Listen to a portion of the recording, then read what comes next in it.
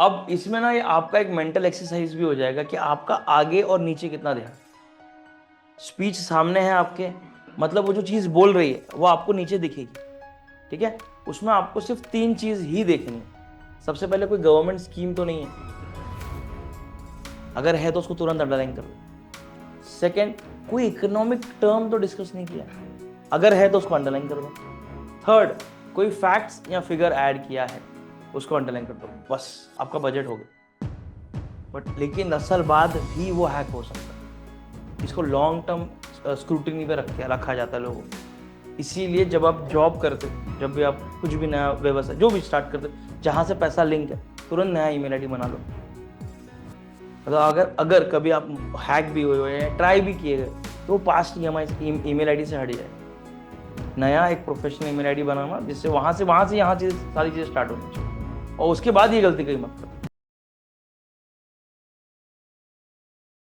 Welfare state की तरफ, हमारी जितनी भी इकोनॉमी हो वेलफेयर स्टेट ओरिएंटेड है। अब वेलफेयर स्टेट ओरिएंटेड क्या होता है बेसिकली, एकदम सिंपल है इसमें, कि आप गवर्नमेंट जो भी पॉलिसी बनाएगी वो हमेशा बिलो पॉवर्टी लाइन में जो लोग हैं उनको देखेगी। वो कभी भी रिच लोगों के लिए पॉलिसी नहीं बनाएगी, क्योंकि रिच लोग अपना वेलफेयर खुद कर लेंगे। हमको extra support support below poverty line और मिडिल क्लास को देना। अभी तक आपको समझ में आ गया होगा, मैं आज बजट की बात कर रहा हूँ, आज बजट की स्पीच है। अब basically before starting my whole session, मैं अभी जैसे हमारी आने वाले नेक्स्ट सैटरडे क्लास होगी, तो मैं आपको बजट डिस्कस करूंगा, आपको पूरा बजट बताऊंगा, क्वेश्चंस बताऊंगा, कुछ चीज़ें क्या इंपॉर्टेंट है। बट मैं आज आपको ना एक प्री बजट छोटा सा सेशन दे देता हूँ, इसमें मैं आपको बताऊंगा कि बजट बनता कैसे।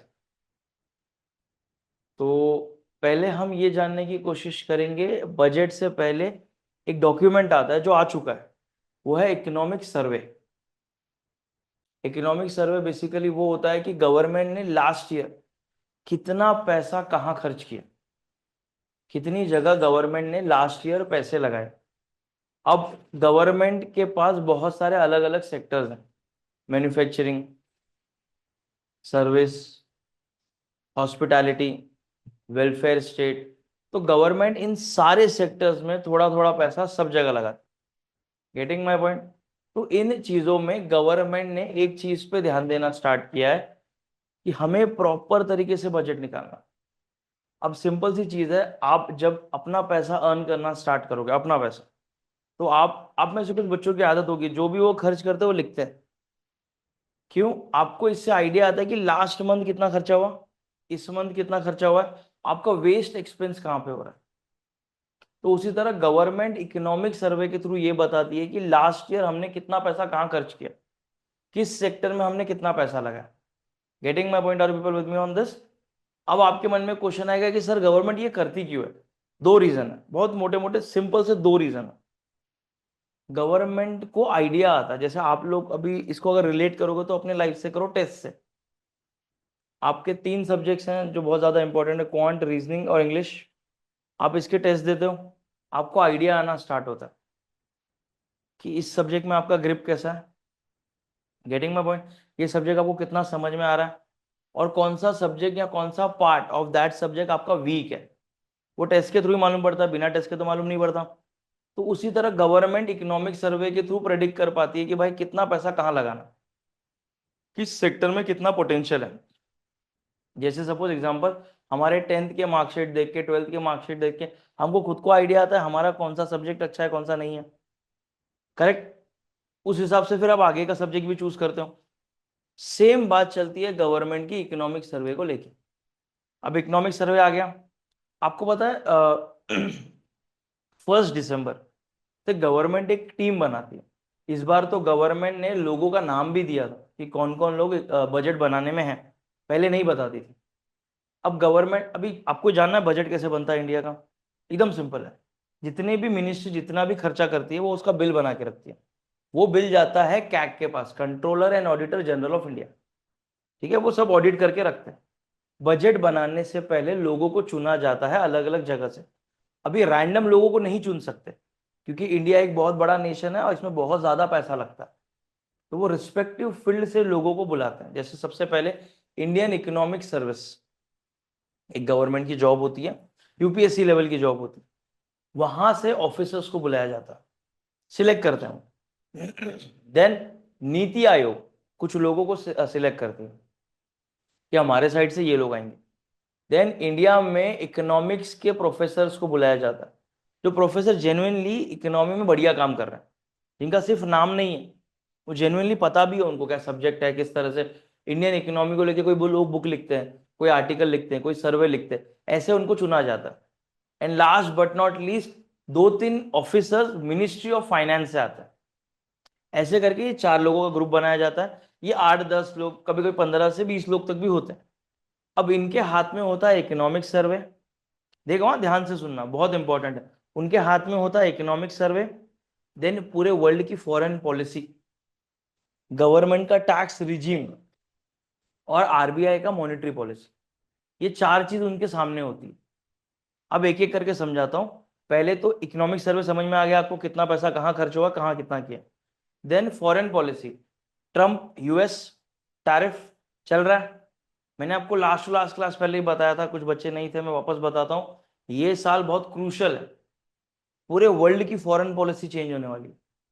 इतना इतना बड़ा कियोस क्रिएट हो गया इकोनॉमी में। Getting my point? सब देश तैयार बैठे लड़ने के लिए।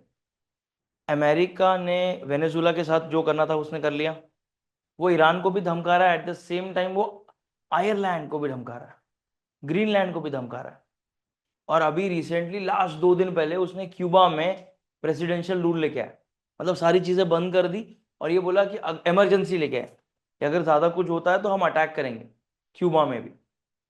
तो इस तरह से अमेरिका अगर अपनी फॉरेन पॉलिसी चेंज करेगा तो सब कंट्रीज को अफेक्ट होगा। आपने वो देखा हाउस ऑफ कार्ड्स, पत्ते के घर बनाते हैं ना अपन, उसमें देखो बीच में से आपने एक पत्ता निकाला, पूरा घर टूट जाता है। अमेरिका वही काम कर रहा है। और ऐसा नहीं है कि बाकी सब कंट्रीज अच्छे हैं।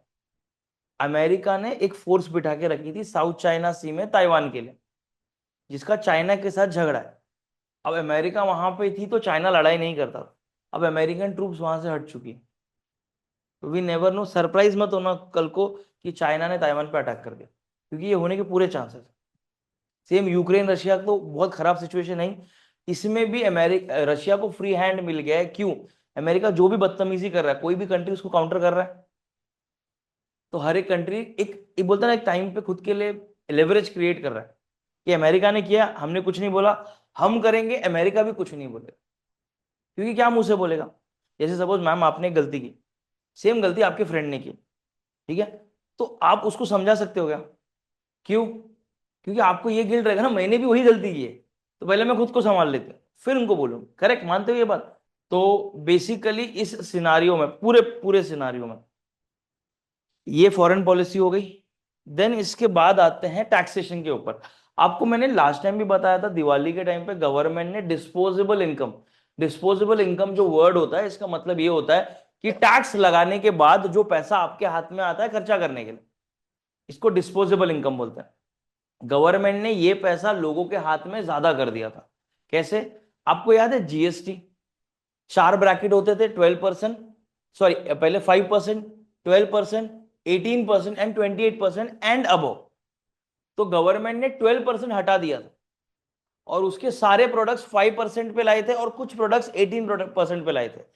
मतलब गवर्नमेंट अगर कम टैक्स ले रही है तो वो प्रोडक्ट ऑटोमेटिकली सस्ता हो जाएगा। मानते हो? तो ये टैक्सेशन भी इनके पास जाता है। और last but not least, RBI की मॉनेटरी पॉलिसी, कि आरबीआई इस साल क्या सोच के बैठा है बैंकिंग सेगमेंट को लेके। बिकॉज मैंने आपको पहले भी बताया है, banking is an oxygen of an economy. जिस भी कंट्री का बैंकिंग सिस्टम अच्छा होता है वो कंट्री बढ़िया होती है।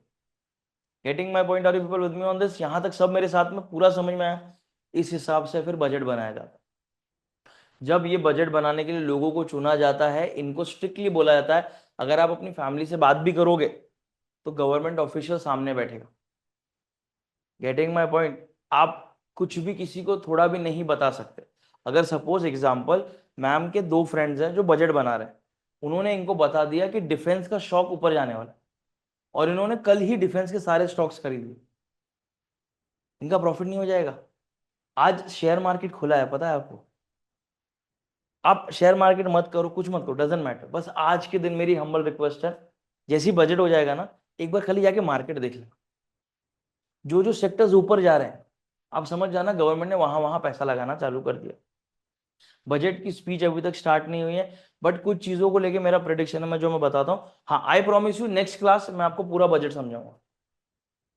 ठीक है, आज मैंने आपको बताया बजट बनता कैसे, बट तब तक थोड़ा आप भी पढ़ लेना। अब बजट आप पढ़ोगे कैसे वो भी बताता हूँ मैं आपको, ठीक है, डोंट वरी, सब इजी वे में बताऊंगा। सबसे पहले मैं बताता हूँ मेरा प्रोडिक्शन बजट को लेके। सबसे पहले जो हम सबसे ज्यादा पैसा पंप करने वाले हैं वो है डिफेंस में, क्योंकि जिसके पास चाइना जैसा दोस्त और पाकिस्तान जैसा यार हो, उसको दोनों हाथ में गन रखना पड़ेगा। Getting my point? तो ये पहला। Second, agriculture. क्यों? पूरा वर्ल्ड सफर कर रहा है एग्रीकल्चर को लेके। दैट टू आप इस बजट में एक चीज थोड़ा अलग देखोगे जिसमें ऑर्गेनिक फार्मिंग को प्रमोट करेंगे। क्यों? क्योंकि आपको याद है यूरोपियन यूनियन आया था बीच में, 26 जनवरी के टाइम पे यूरोपियन यूनियन से लोग आए थे, नहीं पता? डोंट वरी, मैं बता दूंगा आपको, उसके लास्ट में बताता हूँ, मेरे को याद दिलाइएगा प्लीज यूरोपियन यूनियन के बारे में बताने के लिए, क्योंकि मुझे लेक्चर भी स्टार्ट करना है। एंड में बताऊंगा यूरोपियन यूनियन क्या होता है, ट्रेडिंग ब्लॉक क्या होता है, वो इधर ही क्यों आए थे, सब बताऊंगा। उसके साथ जब हम ट्रेड कर रहे थे, उनको मैक्सिमम एग्रीकल्चर प्रोवाइड करता था यूक्रेन और साउथ अमेरिका। अब जब से ट्रम्प साउथ अमेरिका को त्रास दे रहा है और यूक्रेन तो खत्म ही है, तो पूरी नजर भारत की तरफ आती है। Getting my point? तो हम अगर ऑर्गेनिक एग्रीकल्चर करते हैं तो वहां के स्टैंडर्ड्स मैच करेंगे और हमारे यहाँ के फार्मर्स पैसा कमा सकते हैं। अच्छा, थर्ड चीज आप देखोगे एमएसएमई सेक्टर। इस सेक्टर में गवर्नमेंट ने पहले भी बहुत पैसा पंप किया है, आगे भी करेगी। क्यों? क्योंकि आपने आपके आसपास लोगों को देखा है जो बेरोजगार हैं, उनमें दो चीजें बहुत कॉमन होगी। इनके पास या तो स्किल नहीं होगा ठीक ठाक से, या तो स्किल होगा तो इस स्किल का मार्केट बहुत ज्यादा अपग्रेड हो चुका होगा। बट एक सेक्टर है मैन्युफैक्चरिंग जो इनको जॉब दे सकता है, और बहुत बढ़िया तरीके से दे सकता है, क्योंकि फैक्ट्रीज का जो काम होता है ना वो उतना हेडेक वाला नहीं होता। आपको थोड़ी चीजें समझा दी गई, आप बढ़िया तरीके से कर सकते हो। तो गवर्नमेंट को इन पे बहुत ट्रस्ट है, तो गवर्नमेंट इसमें ही बहुत पैसा पुश करेगा। देन फार्मास्यूटिकल कंपनीज, इसको लेके भी बहुत सारी चीजें चेंज होंगी।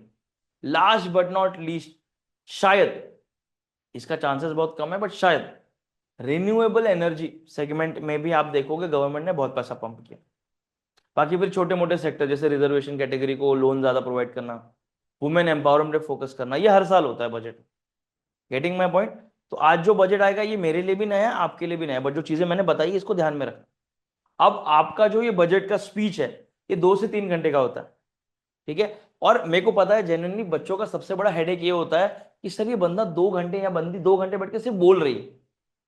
आपने 2 घंटा जितना लंबा सिर्फ मूवी देखी है, वो मूवी के डायरेक्टर ने भी कोशिश किया आपका इंटरेस्ट खींच के रखने के लिए, जिसे बीच में गाना डाला है, एक्शन डाला है, डांस वांस है, इसमें कुछ नहीं हो रहा है, तो ऐसा मन करता ही नहीं देखने का। मानते हो ना, ये बात गलती आपकी बिल्कुल नहीं है, वो सोसाइटी वैसी बनाई, डिजाइन की गई है। क्योंकि अगर हर इंसान बजट देखना चालू करेगा तो गवर्नमेंट को क्वेश्चन भी तो करेगा कि आपने इतना पैसा अलॉट किया था, पैसा गया किधर। और गवर्नमेंट को क्वेश्चन करने वाले लोग बिल्कुल नहीं पसंद। अगर आप अपने हक का मांगते हो या हक का क्वेश्चन करते हो तो वो दिक्कत होती है, सबके पेट में दुखता है, ठीक है। तो इस समय आपको दो चीज ही करनी है बस, ज्यादा नहीं। सबसे पहली चीज आपको ना पीआईबी साइट में जाना, प्रेस इंफॉर्मेशन ब्यूरो, लिख लीजिए, प्रेस इंफॉर्मेशन ब्यूरो, ठीक है, प्रेस इंफॉर्मेशन ब्यूरो। जैसे आप आज के दिन जाओगे ना, शाम को 5 बजे तक बजट की स्पीच अपलोड हो जाएगी। कुछ नहीं करना, उस बजट की स्पीच का प्रिंट ले लो, ठीक है। फिर जाओ दीदी के स्पीच पे, निर्मला ताई, फाइनेंस मिनिस्टर, ठीक है। हम बोले दीदी, कौन सी दीदी? 1.5x की स्पीड पे यूट्यूब पे वो स्पीच को दौड़ाना, ठीक है। अब इसमें ना ये आपका एक मेंटल एक्सरसाइज भी हो जाएगा कि आपका आगे और नीचे कितना ध्यान। स्पीच सामने है आपके, मतलब वो जो चीज बोल रही है वो आपको नीचे दिखेगी, ठीक है। उसमें आपको सिर्फ 3 चीज ही देखनी है। सबसे पहले कोई गवर्नमेंट स्कीम तो नहीं है, अगर है तो उसको तुरंत अंडरलाइन कर लो। सेकंड, कोई इकोनॉमिक टर्म तो डिस्कस नहीं किया है, अगर है तो उसको अंडरलाइन कर दो। थर्ड, कोई फैक्ट्स या फिगर ऐड किया है, उसको अंडरलाइन कर दो, बस आपका बजट हो गया। Getting my point? ये 3 के अलावा और कोई किसी भी पार्ट से आपका लेना देना नहीं। अगर मैं गवर्नमेंट स्कीम की बात कर रहा हूं उसमें इकोनॉमिक सेक्टर भी आता है, ये भूलना मत। इकोनॉमिक सेक्टर बोला तो मैन्युफैक्चरिंग सेगमेंट में इतना इतना पैसा लग रहा है इस स्कीम के अंडर, तो स्कीम भी आ गया, मैन्युफैक्चरिंग सेक्टर भी आ गया, पैसा भी आ गया, बस। अब लास्ट टू लास्ट ईयर वाला जो बजट आया था उसमें एक बहुत बढ़िया टर्म हुआ था, ड्रोन दीदी बोल के। ड्रोन पता है आपको क्या होता है? उड़ता है ऊपर। तो ये बोला गया कि ये मेल्स को दिया जाता है, अभी हम फीमेल को देंगे। कुछ अलग नहीं है। अभी आपने शादियों में ड्रोन उड़ता हुआ देखा है? आपको पता है कितना पैसा लेता है वो ड्रोन उड़ने का? हाँ बहुत लेता है, मुझे पता है मैम। 1 लाख के आसपास बस। तो उन्होंने बोला अगर ये हमने स्किल फीमेल को दे दिया तो ये फीमेल करेंगी काम। सेकंड, आपको पता है हमारे जो फार्मर्स है बेचारे वो क्यों सफर करते हैं? बिकॉज वो पेस्टिसाइड्स, फर्टिलाइजर और यूरिया के आसपास ही घिरे हुए रहता है। इससे उनको ट्यूबरकुलोसिस, कैंसर जैसी बीमारियां भी होती। आपको लगता होगा मैं झूठ बोल रहा हूँ, पंजाब में बहुत सारे रिसर्चेस हुए हैं जहां फार्मर्स या लेबरर्स को टीबी जैसी बीमारियां हुई हैं, कैंसर हुआ। तो ये सारे केमिकल्स ड्रोन छिड़केगा प्लांट्स के ऊपर। अब इंसान है ना, इंसान, अब कोई होते हैं जो काम एकदम सलीके से करता है। सलीका मतलब एकदम तरीके से, ऐसा लगता है कि इस बंदे ने काम किया, बहुत बढ़िया किया। और कुछ लोग ऐसा काम करते हैं ना कि बाद में अपने को डाउट होता है उसको काम दिया क्यों अपन ने। करेक्ट। तो अब वी नेवर नो ना इस इंसान को जो पेस्टिसाइड्स दिया, ये फर्टिलाइजर दिया, ये किस तरह से फेंक रहा है। बट मशीन जो काम करता है वो बराबर जो उसको कमांड दिया है वो उतना ही काम करेगा। तो ड्रिप बाय ड्रिप फर्टिलाइजर गिराता है, वो ड्रिप बाय ड्रिप पेस्टिसाइड्स गिराता है, वो ड्रिप बाय ड्रिप यूरिया गिराता है। तो इससे ना सॉइल डैमेज होता है, ना क्रॉप डैमेज होता है, ना फार्मर डैमेज होता है। तो ये चीज भी फीमेल कर सकती। तो उसी तरह लास्ट ईयर, अभी देखो लास्ट टू लास्ट ईयर वाला बताया, लास्ट ईयर मैन्युफैक्चरिंग सेगमेंट को लेके एक थॉट लाइन आया था कि कॉलेज से बच्चों को पकड़ो, उनको वोकेशनल ट्रेनिंग दो। वोकेशनल ट्रेनिंग पता है ना आपको? कारपेंटर, इलेक्ट्रिशियन, ये जो छोटे छोटे काम होते हैं, अगर आप देखोगे ये जो फैमिली बिजनेस होता है लोग अपने बच्चों को ही सिखाते थे पहले। सच है ये, जो कारपेंटर्स होते थे ना वो अपने बच्चों को ही कारपेंटर का काम सिखाएंगे। और अगर किसी दूसरे को सिखा भी रहे ना, नॉर्मल नॉर्मल सिखाएंगे। जो एकदम एग्जैक्ट बोलते हैं ना बहुत बढ़िया स्किल वाला काम होता है वो सिर्फ अपने बच्चों को ही सिखाते हैं। बट गवर्नमेंट ने बोला दिस इज रॉन्ग। क्यों? वी नेवर नो ना, उस कारपेंटर के बच्चे को कारपेंटर नहीं बनना है और किसी और इंसान को फील्ड में आना है, तो उसके लिए तो अपने डोर रोक दिया। तो गवर्नमेंट ने बोला हम सिखाएंगे। तो लास्ट ईयर वोकेशनल ट्रेनिंग पे बात हुई थी। अब मुझे जानना है कि इस साल बजट का थीम क्या है, किस चीज पे बात की? बजट का थीम कभी भी बजट के पहले बता दिया जाता। ठीक है, ये चीज ध्यान में रखना। बजट आने से पहले बजट का थीम बता दिया जाता है स्टार्ट में, इंट्रोडक्शन में। ठीक है। आई नो ये आपका सबसे पहला बजट होने वाला है। ट्रस्ट मी, ये बिल्कुल बोरिंग प्रोसेस नहीं है। Being a citizen of India, ये आपका राइट बनता है कि आपकी गवर्नमेंट आपके पैसे कहाँ लगाती है। ठीक है, आपके जानने का पूरा हक है। और पता है क्या, ये चीज को जितना एंजॉय करके करोगे ना, पिछले 10 साल से जब से मैंने बजट पढ़ना सीखा, मैंने को याद नहीं मैंने कहीं बजट छोड़ा होगा। क्योंकि आपको पता होना चाहिए आपके हक के पैसे कहाँ लग रहे, कितने लग रहे, किस सेक्टर में कितना ग्रोथ आ रहा है। एंड ये आपको आगे भी काम आएगा, गवर्नमेंट एग्जाम क्रैक करने में काम आएगा, इंटरव्यूज में काम आएगा, ये सारी चीजों में काम आएगा। इट्स जस्ट कि you have to give your best. Getting my point? Are people with me on this? यहां तक सब मेरे साथ में? चलिए स्टार्ट करें आज का सेशन। लास्ट में मैं आपको ट्रेडिंग ब्लॉक ईयू वाला सेगमेंट समझा दूंगा और क्यों उन्होंने हमको ही चुना ये भी बता दूंगा। ठीक है। आपको याद है लास्ट ईयर एक इशू चल रहा था बहुत बड़ा, डिजिटल अरेस्ट को लेके? क्या था बताइए थोड़ा बहुत मुझे। कि वो रैंडम इंसान एक पुलिस की यूनिफॉर्म में बैठा रहेगा, वो आपको कॉल करेगा और आपका नाम लेगा। आपका नाम तो अगर आपका नंबर मेरे पास है तो ट्रू कॉलर ऐसे ही बता देगा। तो उसके बाद वो आपको डराने की कोशिश करेगा ये बोलते हुए कि सर आपके नाम पे कंप्लेंट हुई है, आपके नाम पे इतना इतना ड्रग्स, इतना इतना आरडीएक्स, इतना इतना गन पकड़ा गया, आप सुबह सुबह सो के उठाओ, आपको पता भी नहीं आपसे क्या गलती हो गई, और आपका नाम आने वाला है 2 घंटे में, आपके नाम पे अरेस्ट वारंट निकलेगा। अगर आपको इससे बचना है मुझे 15,000 रुपये दे दे। अब मानो या मत मानो, मिडिल क्लास में सबसे बड़ा एक डर होता है, पता है क्या? जेल जाने का। और उससे बड़ा डर होता है पुलिस के घर आने का। देखिए सपोज आपके पड़ोस में अगर पुलिस रात को 9 बजे आती, क्या जज करोगे आप लोग? इस तो भले ही वो रिलेटिव में आता है, बट यूनिफॉर्म में आया है, जज तो करता है ना हर कोई। और खुदा ना खास्ता आपके घर आया तो आप डर जाओगे। सोसाइटी, समाज में हमारे बारे में लोग क्या सोचेंगे? वैसे भी कोई सोचता नहीं, बट उस दिन हमारे दिमाग में आता है होता है ना ये डर, आपने देखा आपके पेरेंट्स में भी होता है, लोग क्या बोलेंगे, बोलता कोई कुछ नहीं है बट स्टिल एक हमने फियर बना के रखा। सोशल स्टिग्मा बोलते हैं साइकोलॉजी में इसको। करेक्ट, मानते हो एक बार हमने बना के रखा है हमारे दिमाग में। उसी तरह उसी चीज से बचने के लिए ये लोगों ने लोगों को फ्रॉड करना स्टार्ट किया। अब ये क्यों न्यूज में था, सिंपल है, इसके जितने लोग हैं इनको बेल मिली है, बट गवर्नमेंट को ये सुनने में आया कि जितना ये स्कैम लग रहा है छोटा, उतना बड़ा नहीं है, सॉरी उतना ही बड़ा है ये। अमाउंट करोड़ों में इन्वॉल्व है। यहाँ तो लाखों का अमाउंट रिकवर हुआ है। अमाउंट जो इन्वॉल्व है इसमें बहुत बहुत ज्यादा, बहुत बड़ा अमाउंट है। तो इनमें से कुछ को बेल दिया है, कुछ की बेल को रिजेक्ट कर दिया गया, क्योंकि गवर्नमेंट को इतना पता है इनमें से हमें और डेटा निकालना है। बस इतना ही। ये छोटी सी न्यूज में लाया हूं, ये प्लीज एक बार जस्ट गो थ्रू कर लीजिए। अब इसमें यही बोला है कि लोगों को हमने डिजिटल अवेयरनेस फैलाना है। क्या होता है मैं उसके बारे में आपको बताता हूँ, बट एक बार रीड कर लीजिए बस, क्योंकि आगे जाके डिजिटल स्कैम्स बहुत ज्यादा होने वाले हैं। इट्स वेरी इजी नाउ, क्योंकि हमारा जो डिजिटल इकोसिस्टम है वो बिल्कुल प्रोटेक्टेड नहीं है। And privacy is a myth, मैं आपको बहुत पहले से बोलते आ रहा हूँ। प्राइवेसी इज अ मिथ मतलब प्राइवेसी ऐसा कुछ वर्ड है, वो सिर्फ बोला जाता है, होता कुछ नहीं। मुझे सिर्फ इंसान का नंबर चाहिए, उसका ईमेल आईडी चाहिए, उसके पास सर्चेस, उसके फोन का एक्सेस आप इजीली कर सकते हो। चीजें और टेक्नोलॉजी इतने आगे बढ़ चुकी है। डन, पढ़ लिया आपने?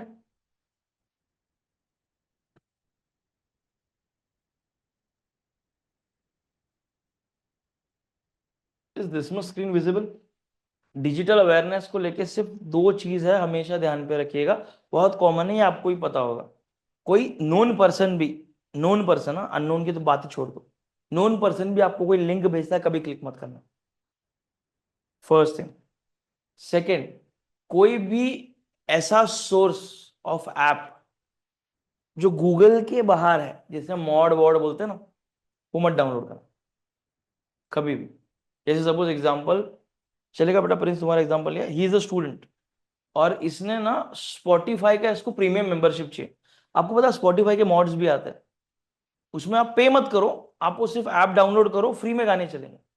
उसने वो डाउनलोड किया, वो अपनी जगह परफेक्ट है, बिल्कुल गलत नहीं, क्योंकि ही इज अ स्टूडेंट। वो क्यों खर्चा करे पैसा उसमें हर मंथ? इसमें उसने गलती क्या की, इसमें उसका मेल आईडी लिंक हो गया। आज वो स्टूडेंट है, कल उसकी जॉब लगी, he is a talented person, उसकी जॉब लगेगी, he will earn a lot. जब उसके अकाउंट में अच्छा पैसा रहेगा ना, तब वो हैकर उसमें से पैसा निकालेगा। ये चीज भले उसने 10 साल पहले करी हुई है, बट लेकिन 10 साल बाद भी वो हैक हो सकता है। इसको लॉन्ग टर्म स्क्रूटिनी पे रखा जाता है लोगों को। इसीलिए जब आप जॉब करते हो, जब भी आप कुछ भी नया व्यवसाय जो भी स्टार्ट करते हो, जहां से पैसा लिंक है, तुरंत नया ईमेल आईडी बना लो। मतलब अगर अगर कभी आप हैक भी हुए या ट्राई भी किए गए, तो वो पास्ट ईमेल आईडी से हट जाएगा। नया एक प्रोफेशनल ईमेल आईडी बनाना, जिससे वहां से यहाँ चीज सारी चीजें स्टार्ट होनी चाहिए, और उसके बाद ये गलती कहीं मत करो। Getting my point, are people with me on this? अब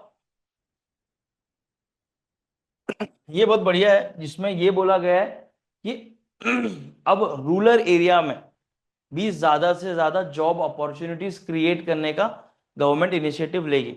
अब वो किस तरह से होगा?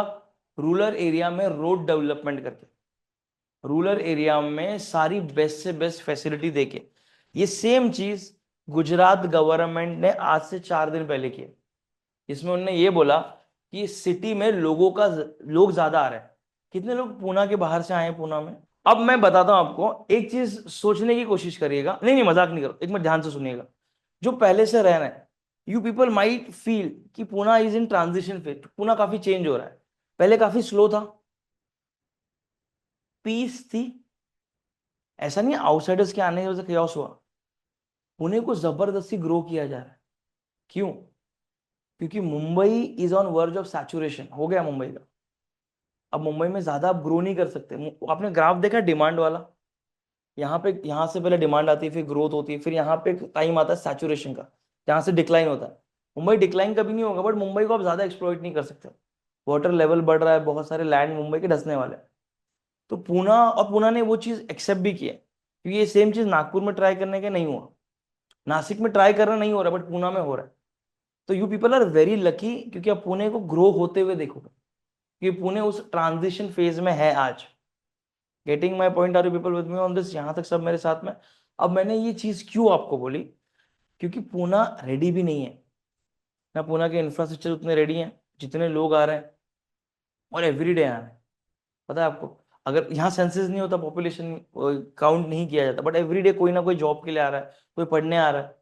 एमपीएससी का तो ये हब है, आपको भी पता है, गवर्नमेंट जॉब का। करवे नगर इज दैट, बोलते ना, पॉलिश पेज आफ्टर सदाशिव पेट। यहाँ आपको मैक्सिमम गवर्नमेंट जॉब के बच्चे ही मिलेंगे तैयारी करते हुए।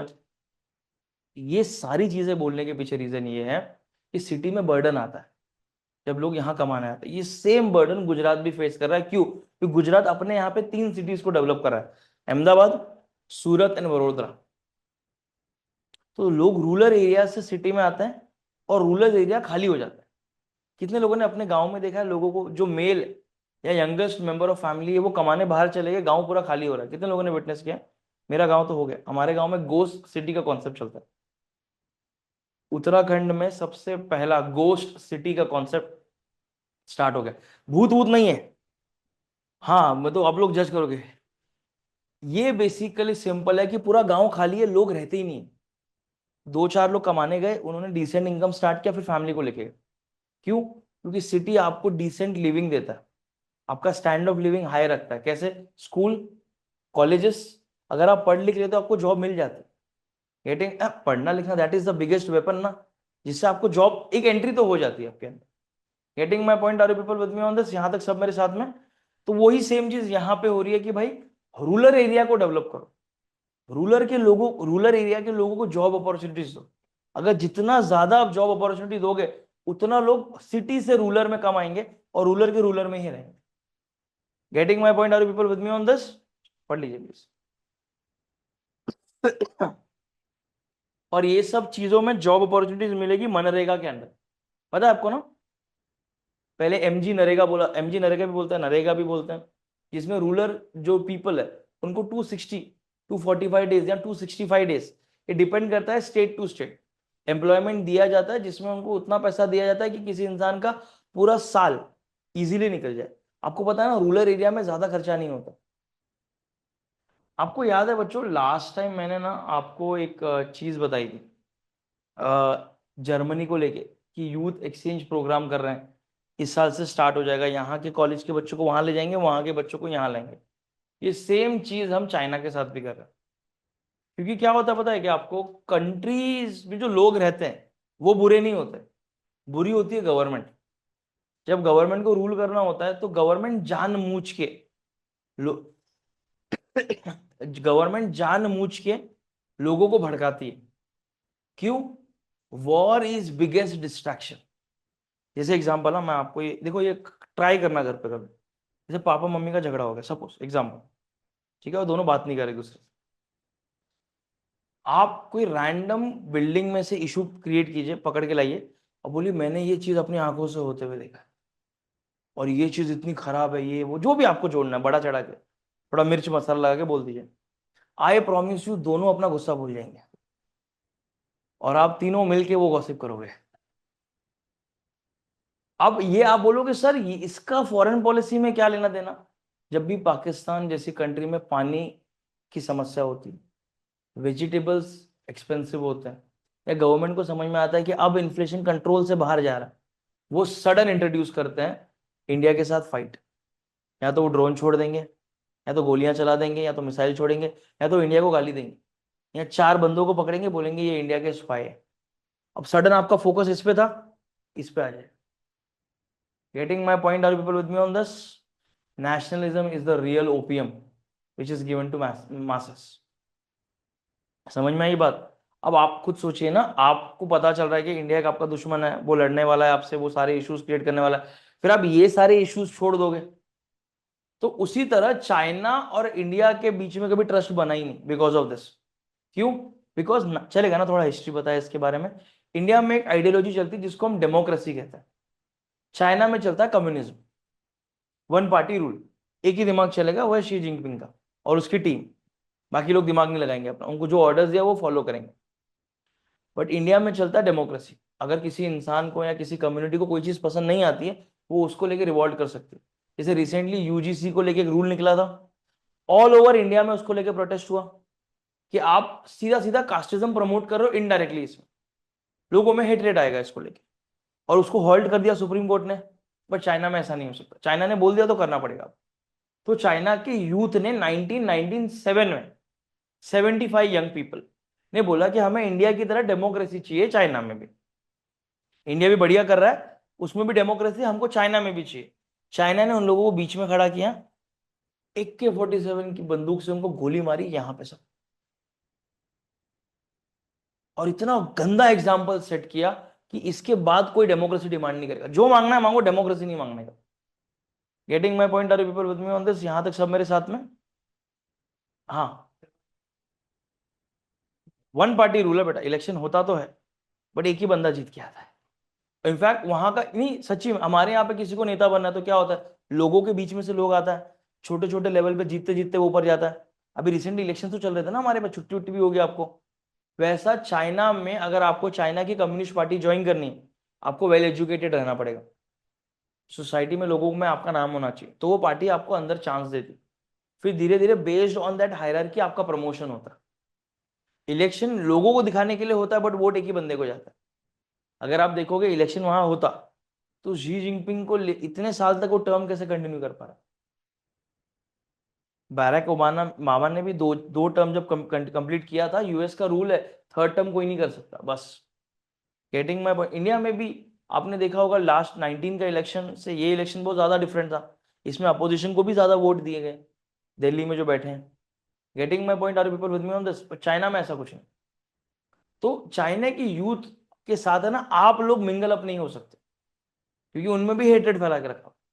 तब चाइना और इंडिया दोनों ने बोला कि हम यूथ एक्सचेंज प्रोग्राम करेंगे, यहाँ के वहां जाएंगे, वहां के यहाँ आएंगे।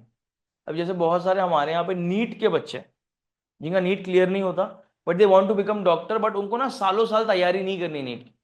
तो China is also good option जहां पे आप जाके डॉक्टर बन सकते हो। पहले यूक्रेन और रशिया भी हुआ करता था, getting my point? But Ukraine अब नहीं जाना, सेफ ही नहीं है, आधा रशिया घुस चुका है अंदर।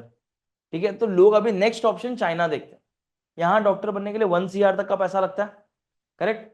वहां पे ऐसा नहीं है, वहां 40-45 लाख में हो जाता है, मैक्स टू मैक्स 60 लाख।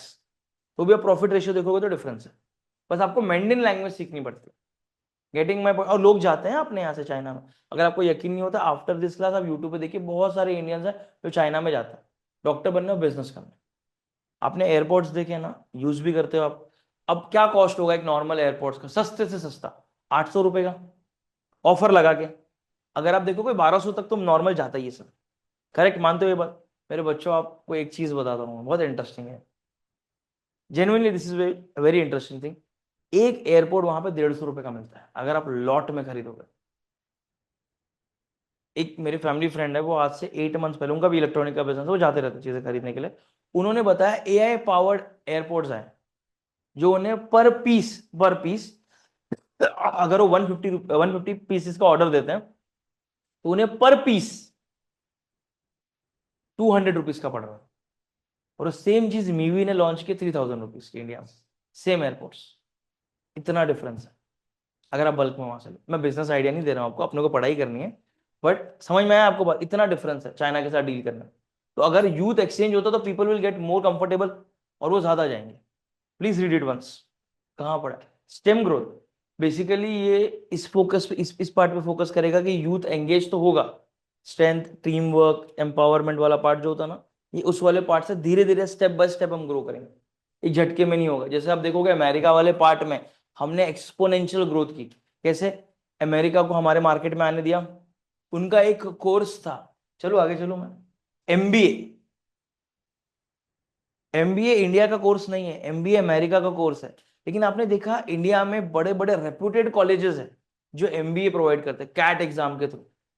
तो इस तरह के से हमने फटाक से हाथ पकड़ा उसका। बट स्टेप बाय स्टेप या स्टेप बाय स्टेप ग्रोथ हम चाइना के साथ करें, स्लो, क्योंकि चाइना पे पूरा ट्रस्ट नहीं कर, चाइना बहुत खतरनाक कंट्री। EU के पास ऑप्शन था, वो इंडिया के पास भी आता और चाइना के पास भी जा सकता, बट EU ने चूज किया इंडिया ओवर चाइना। चाइना लूट लेगा मैम, चाइना के पास बहुत प्रोडक्ट्स है, आप सोच भी सकते नहीं है। और EU ने अगर अपना मार्केट का एक्सेस चाइना को दिया तो EU के साथ जो ट्रेड डेफिसिट होगा EU संभाल नहीं पाएगा। इंडिया का मार्केट अभी धीरे धीरे बन रहा है, तो इसमें उनके लिए विन विन सिचुएशन रहेगा। बट चाइना बहुत खतरनाक है, आप कभी भी याद रखो, इंडिया के सिनारियो में इंडिया कभी किसी को लूटने नहीं जाता, बट चाइना जाता है। तो जब कभी भी आप ट्रेड करते हो और अपने से पावरफुल इंसान से ट्रेड करते हो, तो आप हमेशा विन विन सिचुएशन में नहीं रहते हो। वो इंसान कहीं ना कहीं लेवरेज लेता है। जैसे सपोज एग्जांपल, उनके पास 1 CR है, उनको बिजनेस करना है, जिस जो बंदा 100 CR का बिजनेस खड़ा करके बैठा है, वो कभी भी उसको इक्वल पार्टनर नहीं समझेगा, वो इसको डोमिनेट ही करेगा। तो चाइना और ईयू में ये डिफरेंस है। चाइना का मार्केट बहुत बड़ा है, चाइना बल्क में प्रोड्यूस करता है, चाइना ईयू का मार्केट खा जाएगा, उनको भी पता है ये चीज, दैट्स वाई वो डील नहीं करते। जब भी चाइना के साथ डील होती है तो उसमें एक टर्म हमेशा आता है जिसको हम बोलते हैं एंटी डंपिंग ड्यूटी। जैसे चाइना से आपने 4 चीज मंगाई है, वो आपको जानबूझ के 6 चीजें दे देंगे फ्री में, बट वो खराब रहेंगी, चलती हुई नहीं रहेंगी, क्योंकि वो अपनी कंट्री में कचरा कम कर रहे हैं, आपकी कंट्री में बढ़ा रहे हैं। ऐसा सिंपल। तो उस पर एंटी डंपिंग ड्यूटी लगाया जाता है। चाइना का गुड्स 100 रुपए का है तो उसको जानबूझ के 120-200 तक खींचा जाता है, तब भी चाइना उसमें प्रॉफिट ही कमाता है। मतलब मैं ऑनेस्ट अगर आपको एक चीज बताऊं, तो सुनीता विलियम को जब मैं देखता हूं तो मुझे ऐसा फील होता है कि ये लेडी अर्थ में ज्यादा, स्पेस पे ज्यादा रही है, वो बहुत ज्यादा रही है। ये लिख लीजिए, बहुत इंपॉर्टेंट है। क्योंकि देखो, सुनीता विलियम को सब जानता है, छोटे छोटे बच्चों को ही बताया जाता है, बट किसी को ये नहीं पता the first runner marathon in space. अब इससे पहले ना, ये मैं लिखवाऊंगा आपको, डोंट वरी, बट इससे पहले ना मेरे को आपको एक चीज समझानी है जिसको हम बोलते हैं GI टैग। इसका फुल फॉर्म क्या होता है? इंडिकेशन या इंडिकेटर। ये बेसिकली होता क्या है, कोई बताएगा मुझे? अब समझने की कोशिश करते हैं। कोल्हापुरी चप्पल देखे आपने, उसको GI टैग मिला है, करेक्ट। बट वो सेम चप्पल लखनऊ में बनाया जाता था और बेचा जाता था कोल्हापुरी चप्पल के नाम पे। अब थोड़ा आप सोचिए बच्चों, वो सेम चप्पल कोल्हापुरी चप्पल के नाम पे बेचा जा रहा है, कल को चप्पल खराब होता है तो वो क्या बोलेगा? कोल्हापुरी चप्पल खराब है, रतलाम का पेठा। अब यकीन नहीं मानोगे, अर्ली जब आई वाज अ किड, तो ट्रेन में जब व्हेन यूज्ड टू सफर गांव के लिए, उत्तराखंड के लिए, तो रतलाम में स्पेशली जब ट्रेन रुकती थी, family used to run to purchase at Agra का पेठा। बट बहुत सारे लोगों ने यहाँ पे भी बेचना स्टार्ट किया आगरा के नाम पे। मैम आपको अच्छा नहीं लगा, आप क्या बोलोगे? आगरा का पेठा खराब है, फालतू में नाम है, रतलाम का सेव। अब यकीन नहीं मानोगे, रतलाम कभी भी, अब जब नॉर्थ में ट्रैवल करते हो ना, रतलाम हमेशा रात को 3 बजे आता है। लोग अलार्म लगा के रुकते थे, 3 बजे रतलाम आया, स्टेशन पे उतर के वो सेव खरीदते थे। मैम एक आदमी यहाँ बेच रहा है पूना में, आपने वो कंज्यूम किया, आप क्या बोलोगे? रतलाम के सेव खराब है। सेकेंड थिंग, हमारा इंडियन रेलवे मर रहा है, पता है आपको? इंडियन रेलवे पिछले 8 सालों से नुकसान में, 8, और बहुत बहुत बड़ा नुकसान है। दैट्स वाई रेलवे ने बहुत सारा रीजन प्राइवेटाइज कर दिया, इंक्लूडिंग हॉस्पिटैलिटी। अभी देखते हो लोगों को वीडियो बनाते ये बोलते हुए कि 15 रुपए की बोतल 20 में बेच रहा है, 75 रुपीज का खाना ये 120 में बेच रहा है। और सडन क्या होता है, आपने डाला, रेलवे क्या करता है, जो कॉन्ट्रैक्टर है उसको 85,000 रुपीज का फाइन लगाता है, उसका डिपॉजिट का पैसा दब जाता है। क्यों? क्योंकि पहले ऐसा नहीं था, पहले वो रेलवे के अंडर ही आते थे, तभी खाने में मरी हुई छिपकली, कॉकरोच, अनहाइजीनिक चीजें मिलती थी। अभी अभी ऐसा कुछ नहीं होता, अभी ये सब चीजें आउटसोर्स कर दी, कॉन्ट्रैक्ट के बेसिस पे। जहां आपने कॉन्ट्रैक्ट में गलती किया, आपका कॉन्ट्रैक्ट कैंसिल। और सेम चीज रेलवे ने बोला कि रेलवे स्टेशन में गवर्नमेंट के शॉप्स होंगे, जहां पे जिस सिटी को जो GI टैग मिला है उसके प्रोडक्ट बिकना स्टार्ट करें।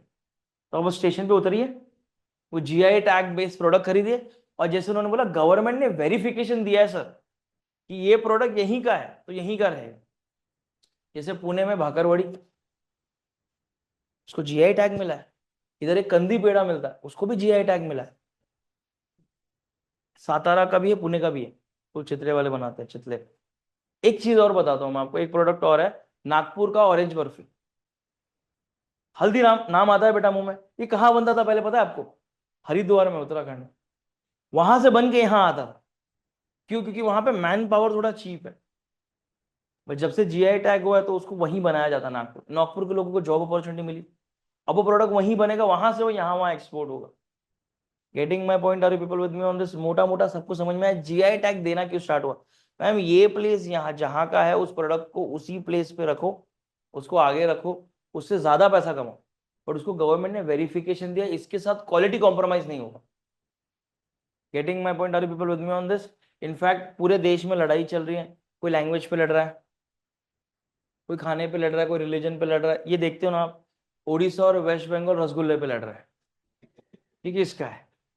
हाँ मजाक नहीं कर रहा हूं मैं आपको, और ये लड़ाई आज से नहीं, जब से भारत आजाद हो तब से लड़ रहे हैं। तो पूरे देश का दुख एक तरफ, इनका एक तरफ। आई एम नॉट लाइंग, मजाक नहीं कर रहा, आप कोई भी हिस्ट्री की बुक निकालिए। इनफैक्ट इतना हो गया था कि फ्रीडम के टाइम, स्ट्रगल के टाइम में देवर के फ्रीडम बाद में ले लेंगे, बट पहले ये चीज क्लियर करो ये है किस। इसको पता है, इस लड़ाई को गवर्नमेंट ने आज से 3 से 4 साल पहले खत्म की, जिसमें गवर्नमेंट ने बोला कि जो शक्कर के पानी से बनेगा वो वेस्ट बंगाल, और जो गुड़ के पानी से बनेगा वो उड़ीसा। Getting my point? वो लड़ाई भी इसकी वजह से सॉल्व हुई है, ठीक है, प्लीज राइट इट डाउन। और हाँ, अगर आपको जीआई टैग मिलता है उसको आप एक्सपोर्ट भी कर सकते हो, गवर्नमेंट आपको उसके लिए भी प्रमोट करती है। और हाँ, इस बार बजट में आप एक्सपोर्ट रिलेटेड चीजें भी सुनोगे कि गवर्नमेंट एक्सपोर्ट को लेके भी बेनिफिट देने वाले हैं। क्योंकि कोई मतलब नहीं है ना, आप जितना प्रोडक्ट बनाओ इंटरनेशनल मार्केट में जाओ ही ना तो। सपोज जैसे एग्जांपल मैं देता हूँ, बेला विटा पता है ब्रांड परफ्यूम का, उसके सीईओ का एक बहुत बढ़िया पॉडकास्ट है, जब भी मिले ना प्लीज सुन लीजिएगा। वो जब बंदे ने मार्केट को बहुत बढ़िया तरीके से बताया, उसमें ये बोला कि अगर कोई मेरा प्रोडक्ट यहाँ नहीं बिकता है, वो प्रोडक्ट मेरा चाइना में बिक जाता है, चाइना में नहीं बिकता तो यूएस में बिक जाता है। मतलब मार्केट बहुत बड़ा है, हमको सिर्फ चैनल बना के लोगों को देना, लोग अपने आप प्रॉफिट कमाते हैं। अभी आप देखोगे Louis Vuitton, Gucci, Armani, Prada, ये कोई बहुत बड़े ब्रांड नहीं है, या उनके कंट्री में भी नॉर्मल ब्रांड ही है, लोग अफोर्ड कर सकते हैं। बट क्या होता है जब ये दूसरी कंट्री में जाता है, इसमें टैक्स टैरिफ सब लग जाता है, और ये ऑटोमेटिकली अपने प्राइस को हाई करता है, ताकि लोग फिर उसको स्टेटस सिंबल बेचे, बेच वो बैग ही रहे, बट क्या प्रेस्टीज के साथ। तो लोग उसको देखने वाले थोड़ा अलग तरीके से देखेंगे, क्योंकि क्या होता है, प्रोडक्ट नहीं बिकता, इमोशन बिकता है प्रोडक्ट के साथ। Getting my point? अब समझने की कोशिश करते हैं। देखो एक चीज याद रखो, जो कचरा है, वेस्ट, वो पूरे वर्ल्ड का सबसे बड़ा बिजनेस है। आज के तारीख में बिजनेस सब सैचुरेशन पे आ गया, बट किसी ने भी आज तक वेस्ट के साथ का बिजनेस नहीं स्टार्ट किया। वेस्ट से इलेक्ट्रिसिटी भी जनरेट की जा सकती है, वेस्ट से बहुत सारी चीजें हो सकती, पर जिसने वो वाला रिसोर्स वाला टैप कर लिया, क्यों? आपको पता है सिर्फ पुणे अकेले सिटी कितना वेस्ट जनरेट करता है? अगर आप कभी भी फ्यूचर में दिल्ली जाओगे, मेरी एक हम्बल से रिक्वेस्ट है आपको, मेट्रो में या मेट्रो में ट्रैवल कीजिए दिल्ली का, और वहां पे ना यहाँ चले जाइए जमुना पार्क, एक पिंक कलर की, यहाँ पे कैसे अपने यहाँ पे स्टेट मेट्रोज है, करेक्ट? मेट्रो दिल्ली में ना लाइन के हिसाब से चलती है, यहाँ पे भी है बट लोगों को अभी दो ही है ना ऑप्शन, तो कॉम्प्लिकेशन इतना नहीं है। बट वहां पे ना कलर की लाइन चलती है, पिंक कलर की लाइन की मेट्रो में चले जाइएगा, आपको ना जमुना पार दिखाया जाएगा। जैसे आप देखोगे ना स्लम एरिया है जमुना पार, वहां पे सीए के बच्चे भी पढ़ते हैं, थोड़ा क्राउडेड है, स्लम नहीं बोलूंगा मैं उसको, रो हाउसेज होते हैं ना छोटे छोटे, वैसे टाइप है। उसके जस्ट सामने है ना, आपको एक माउंटेन दिखेगा, बहुत बड़ा। हाँ, वो माउंटेन पूरा कचरे का है। क्यों? नोएडा, दिल्ली और यूपी का पूरा कचरा उधर आता है, वो इतना बड़ा है माउंटेन, और बहुत डीप, बहुत बड़ा मार्केट है वो चीजों का। इलेक्ट्रॉनिक वेस्ट है वो बहुत आते हैं उसमें। अब किसी का लैपटॉप खराब हो गया, आपने वैसे का वैसे उठा के फेंक दिया, होते हैं कुछ लोग ऐसे, बहके बहके से वो फेंक देते हैं चीजों को। तो अब उस लैपटॉप में सारी चीजें खराब है क्या? कुछ चीजें अच्छी भी होती हैं, तो ये लोग वो पिक करना चालू कर देते। आपने सुना रिफर्बिश लैपटॉप, ये सब ये उसी का बनता है। Getting my point? ये तो मैं सिर्फ इलेक्ट्रॉनिक वेस्ट का बात करो, और अदर वेस्ट भी हैं। Getting my point, are people with me on this? तो इसको लेके इंडिया में, स्पेसिफिकली उत्तर प्रदेश लखनऊ में, zero fresh waste dumping city बनाएगी। क्यों? क्योंकि आपको आपके सिटी को क्लीन करना है, तो सबसे पहले वेस्ट को कलेक्ट करना पड़ेगा। मैं मजाक नहीं करता हूँ, मैं महाराष्ट्र से बॉर्न एंड बॉटअप हूँ, मेरा डोमिसाइल भी यहीं का है, बट अब रूट्स उत्तराखंड के तो जाना पड़ता है। जब भी दिल्ली भी जाता था ना, मैंने एक बड़ा सा प्रॉब्लम देखा वहां पे, कि एक चौराया होता है, एक कोना पकड़ा होता है, लोग सारा कचरा वहां फेंक के जाते हैं, और कचरे की गाड़ी 2-3 दिन में एक बार आती है, वो सब कचरा उठा के लेके जाते, तब तक वो रूट पूरा स्टिंग कर रहा होता है गंदा। और आपको पता है, कभी भी अगर टाइम मिला आप एक बार स्लम एरिया में जाना, आपको सांस लेने नहीं होगा, इतनी गंदगी होती है वहां। मतलब 2 दिन भी रुके ना अपन, डायरिया, फीवर, डेंगू, मलेरिया ऐसी बीमारी हो जाएगी, लोग उसमें रहते हैं। तो अब गवर्नमेंट ने जब यूपी को साफ करना चालू किया, तब उन्होंने कुछ ना कुछ डंपिंग ग्राउंड बनाना पड़ेगा जहां पे पूरा कचरा कलेक्ट किया जाएगा। इनफैक्ट जो आप पास्ट सीएम था दिल्ली का, वो चिल्ला चिल्ला के उसके गले खराब हो गए, इसमें उसने ये बोला कि जो दिल्ली में कचरा आता है वो यूपी का भी आता है, इसको रोको। क्यों? क्योंकि दिल्ली और यूपी को एक सिटी रोकती, जो कनेक्ट करती है, वो है नोएडा। दिल्ली एक टाइम पे बहुत ज्यादा ओवरबर्डन हो गया था, लोग बहुत रहते थे, जगह नहीं था। तो गवर्नमेंट ने बोला लोगों को नोएडा में रखो, जो यूपी का बॉर्डर है, वो वहां पे रहेंगे और काम करने दिल्ली आएंगे। Getting my point? Are you people with me on this? Please लिख लीजिए, बस सिटी का नाम लिखिए लखनऊ। साइंटिफिक तरीके से ये वेस्ट को प्रोसेस किया जाएगा, बस ये इतना। अब ये जो है ये ऑर्गेनिक वेस्ट है, जो अपन वेजिटेबल, फ्रूट्स फ्रूट्स, आपको पता है ना, वेस्ट फेंकते वक्त 2 अलग थैली करने होते हैं। हाँ, सूखा और एक ओला। वो कलर कौन कौन से हैं? ग्रीन एंड ब्लू, हाँ। एक ग्रीन वाला तो आपका ये हो गया ऑर्गेनिक, सो ओला। एक रेड भी है हॉस्पिटल वेस्ट के लिए, करेक्ट। आपको पता है हॉस्पिटल वेस्ट को काला सोना बोलते हैं, काला सोना बोलते हैं हॉस्पिटल वेस्ट का। बहुत ज्यादा इलीगल पैसा कमाया जाता है हॉस्पिटल के वेस्ट से। जब किसी भी इंसान की हार्ट की सर्जरी करते हैं, तो उसके लिए ना एक कॉर्ड आता है जो अंदर जाता है। वो कॉर्ड, जो लाइन छोटे से होता है, प्लेट होती है इतनी बड़ी, वो प्लैटिनम की होती है। तो अब ये मैं एलिगेशन नहीं लगा रहा हूँ, बट बहुत केसेस में ऐसा देखा गया है कि ऑपरेशन के बाद डॉक्टर वो कॉर्ड निकाल के अपने पास रख लेते हैं और आगे सेल करते हैं। तो बहुत सारे लोगों को जब हार्ट का इशू होता भी नहीं है, तो ये बोला जाता है कि हार्ट है, ऑपरेशन हार्ट का इशू है, ब्लॉकेज है, अगर लो ऑपरेशन। उसको क्या, उसको तो फाड़ के डालना है अंदर, फिर निकलेगा तो उसका प्रॉफिट ही है उसमें, ऐसा है। तो यूजुअली कभी भी आपके फैमिली मेंबर में से भी किसी को अगर ब्लॉकेजेस बोला है हार्ट का, तो सबसे पहले हमेशा याद रखना, उसके 3 टेस्ट करवा, 3 जगह पे चेक करवाना, किसी एक केस में नहीं। और ऑपरेशन का जब भी कभी भी नौबत आता है, भगवान ना करे कभी किसी को भी आए, बट कभी आता भी है, तो सेकेंड ओपिनियन या थर्ड ओपिनियन तो ले लीजिएगा प्लीज, बहुत इंपॉर्टेंट। और एक फैमिली फ्रेंड जैसे लॉयर बना के रखना, और डॉक्टर बना के रखना, बहुत काम आएगा। चलिए आगे चले, लिख लिया? ये एक्स्ट्रा इन्फो है, पढ़ लेना एक बार इसके बाद। ये लिखवाऊंगा नहीं, डोंट वरी। ये कंट्री कहाँ पे है? यूएई। और दुबई, दुबई सुना है तुमने?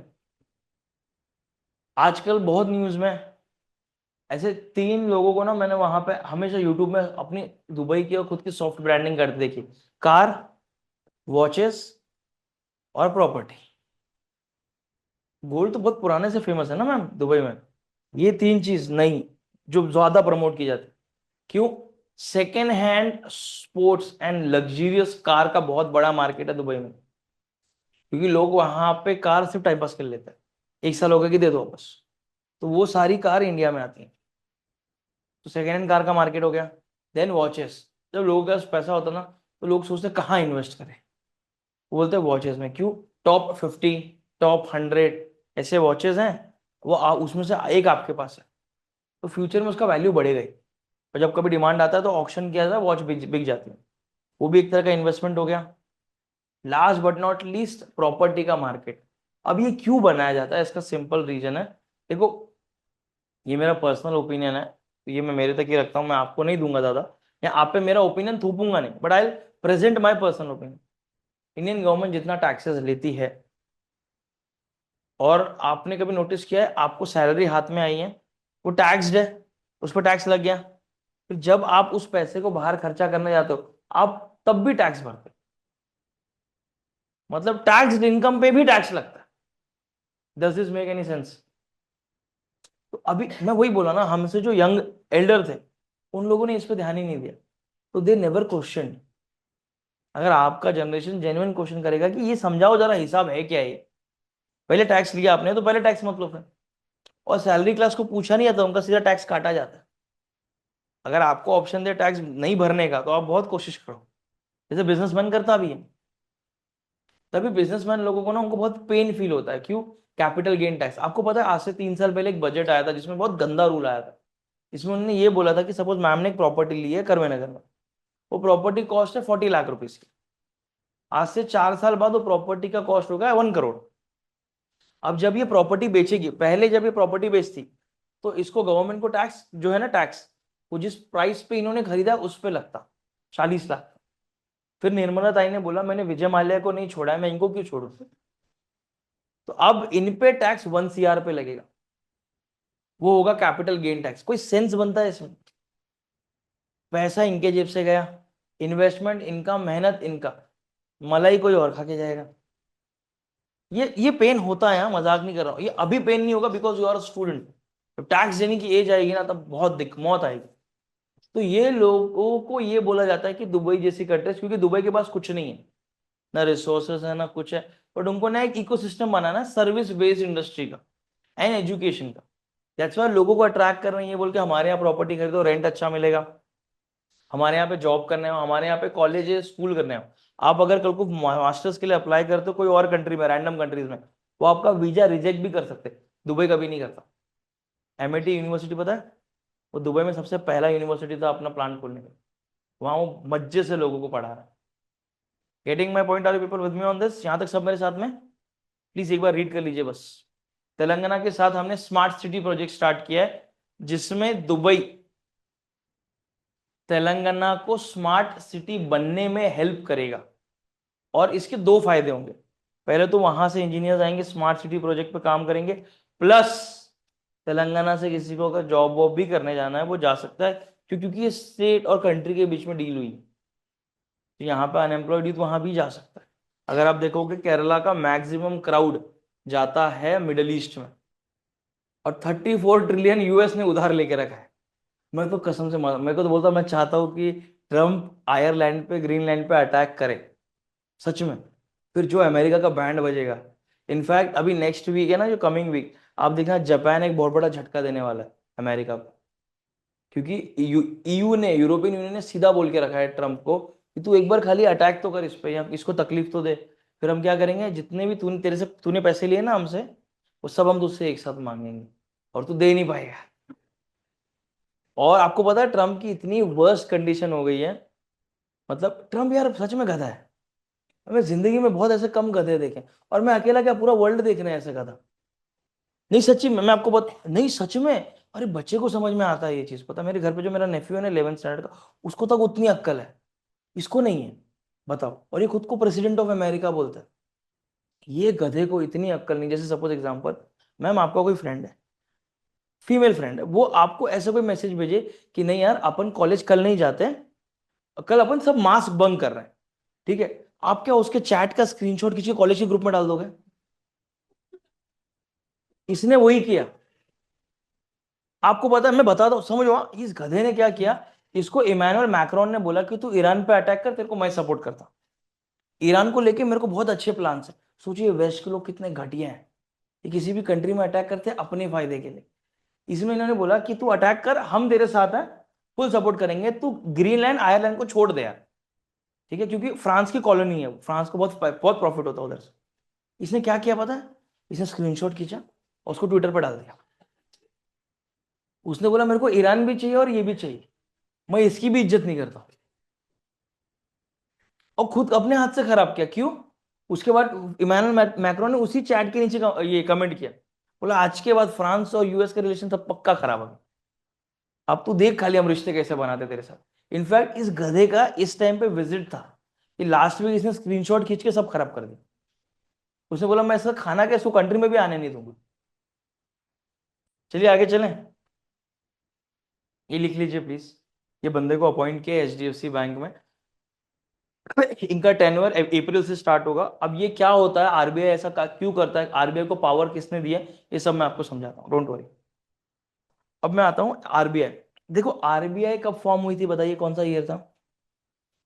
वेरी गुड, 1934 में एक्ट आया था।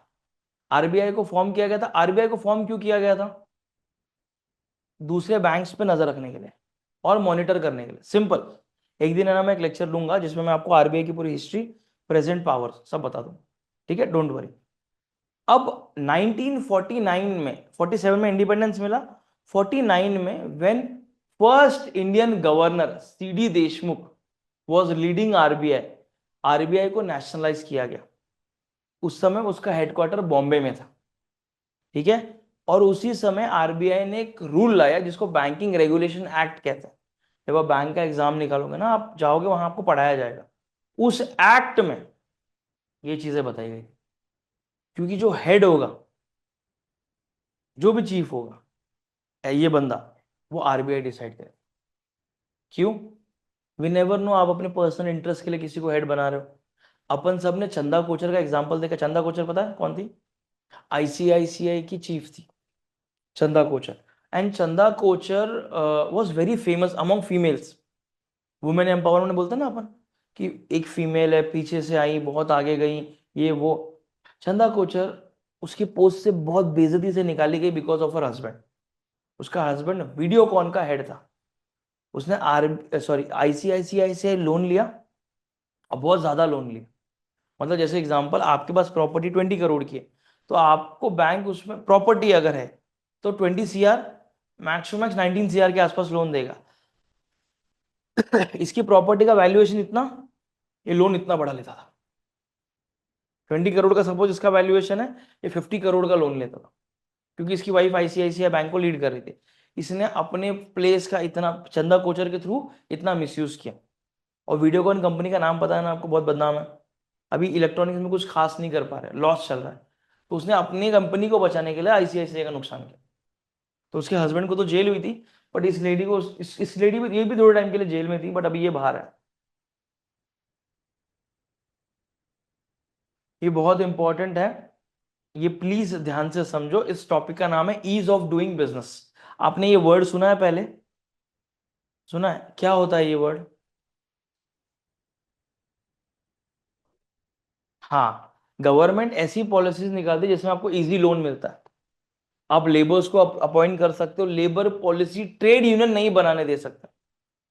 आप बस बढ़िया तरीके से काम करिए, किसी भी तरह का इंटरफेरेंस नहीं होगा। You will rule very properly, very easily. आपको जब भी लोन चाहिए मिल जाएगा, आपको जो भी गवर्नमेंट अप्रूवल चाहिए तुरंत मिलेगा। अब ईज ऑफ डूइंग बिजनेस क्यों मैन्युफैक्चरिंग को? क्योंकि लोगों को ज्यादा से ज्यादा जॉब देना है। सिंपल। प्लीज पढ़ लीजिए एक बार बस। और एक क्लीन एनर्जी प्रमोट किया जा रहा है, मतलब क्या रीजन होगा इसके पीछे? डन। आगे चले। स्टेट्स देख लीजिए एक बार। ये जब आपको नोट्स मिलेंगे ना, प्लीज लिख लीजिएगा एक बार, हाँ? चलिए आगे चलें।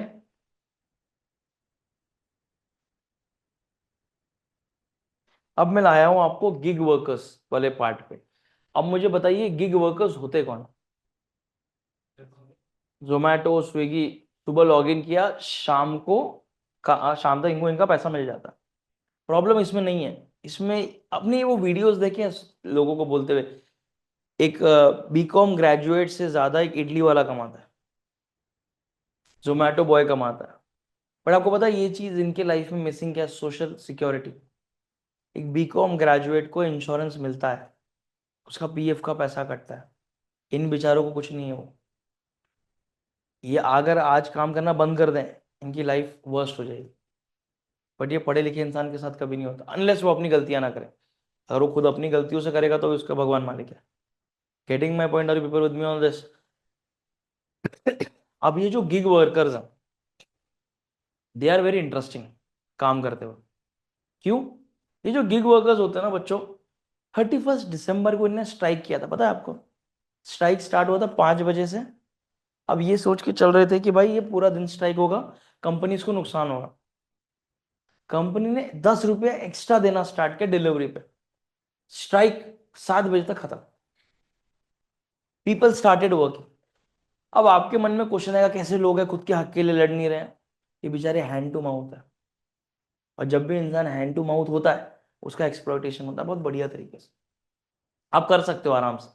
क्या करिए, 100 रुपया ज्यादा दीजिए, 10 रुपया ज्यादा दे दीजिए, वो अपने आप एक्सप्लॉइट होने तैयार हो जाएगा। वो जितना काम बोलोगे उतना करेगा, वो सिर्फ अपना एक्सप्लॉइटेशन करेगा। Getting my point? Gig workers में ये चीजें बहुत कॉमन देखी गई। Are you people with me on this? यहाँ तक सब मेरे साथ में? अब ये जो गिग वर्कर्स है ये इकोनॉमी में ना बहुत बढ़िया तरीके से काम करता है, लोगों को जॉब्स मिल रहे, they are contributing a lot, and 30,000 is a very good amount. But ये आते कहाँ से? बिलो पॉवर्टी लाइन से आता है। इनमें ना तीन चीजें बहुत कॉमन होती है, या तो ये अल्कोहलिक होता है, या तो किसी बैड हैबिट में होता है। सेकंड चीज, इनको फाइनेंशियल लिटरेसी नहीं सिखाई जाती, पैसे कैसे बचाने, कहाँ इन्वेस्ट करने, किस तरह इंश्योरेंस, कुछ नहीं। And third, hand to mouth है। अगर आज काम कर रहे हैं तो रात को खा पा रहे हैं। तो सोचिए ना, जब कोई ऐसा काम कर रहा है और भगवान ना करे उसको कुछ दिक्कत हो जाए कल, चीजें खत्म हो जाएंगी उसके लिए। इनफैक्ट कंपनीज इनको रेटिंग सिस्टम देती है, अगर आपने एक खराब रेटिंग दिया और आप जैसे 10 लोगों ने खराब रेटिंग दिया, ये बंदा बैन हो जाएगा, ये उस कंपनी का फिर से काम नहीं कर सकता। इसको फिर नया आधार कार्ड पैन कार्ड बनाना पड़ेगा कंपनी से काम करना, जो ये इलीगल है।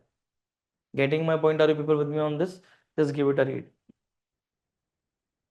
तो लेबर राइट्स को लेके सोचा जा रहा है, क्योंकि क्या हो रहा है ना, आपको पता है क्या? देखो, लेबर्स को ना लोग बहुत गंदी नजर से देखते हैं, ऐसा नहीं है, बट मेरा ये मानना है लेबर्स को ना बोलते हैं ना ऐसी नजर से देखो ना, ये बच्चा ही है, भले उसकी एज ज्यादा है, उसको नहीं पता चीजें। और भले आपकी एज कम है, आप पढ़े लिखे हो, आपको चीजें पता है, तो आप अभी भी एनलाइटेंड हो। ये लोगों को वो तभी बोलते हैं ना कि पेरेंट्स जब हमारे कभी गुस्से में बोलते हैं ना कि तुझे पढ़ने का मौका मिला है, पढ़ ले, उसके पीछे जेन्युइनली बहुत ग्रीव होती है, एंड उनका सच जेन्युइन कंसर्न और केयर होता है आपको लेकर। क्योंकि देखिए ना, आज बजट आएगा, आप स्पीच देख के समझ पाओगे, ये लेबर्स नहीं समझ पाएंगे, इनको क्या पता। ई श्रम पोर्टल पता है आपको लेबर्स के लिए है? आज भी 30 to 40% लेबर उसमें एनरोल्ड ही नहीं है। सोचो, क्यों? उसमें गवर्नमेंट इनको इंश्योरेंस दे रही है, सारी फैसिलिटीज दे रही है, पर उनको पता ही नहीं। सादा आयुष्मान भारत स्कीम के बारे में नहीं पता। आपको पता है लास्ट ईयर बजट में गवर्नमेंट ने 1 CR तक का लाइफ इंश्योरेंस लाया था लेबर गिग वर्कर्स के लिए। 1 CR बहुत बड़ा अमाउंट है। बट इनको ये बोला था कि आपको ई श्रम पोर्टल में खुद को रजिस्टर करना है।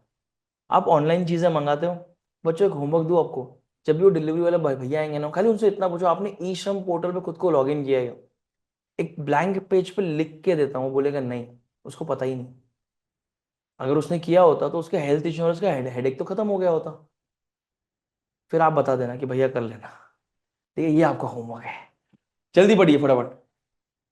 आपको पता है जब ओला उबर पहले आए थे ना, उन्होंने लोगों को सपना दिखाया था कि आप खुद के मालिक बन गए, क्या करिए, ओला चलाइए। हाँ, ये उनका टैगलाइन था। सब लोगों ने जॉब वॉब छोड़ा, लोन वोन लेके गाड़ी स्टार्ट की, और स्टार्टिंग में ओला ने पैसा बहुत दिया, जेन्युइनली पैसा बहुत दिया। बट बाद बाद में धीरे धीरे धीरे पैसा कम हो गया। अगर आप देखोगे आज की तारीख में रिक्शा वाले ओला उबर और रैपिडो तीनों साथ में चलाते हैं, because India is not for beginners. India is like कि तू आइडिया दे, उसको तोड़ना हम जानते हैं। देखो यार, इसका भी क्या ही तारीफ करे भाई की। अब समझने की कोशिश करिए, ये पगले ने ग्रीनलैंड को क्यों टारगेट किया।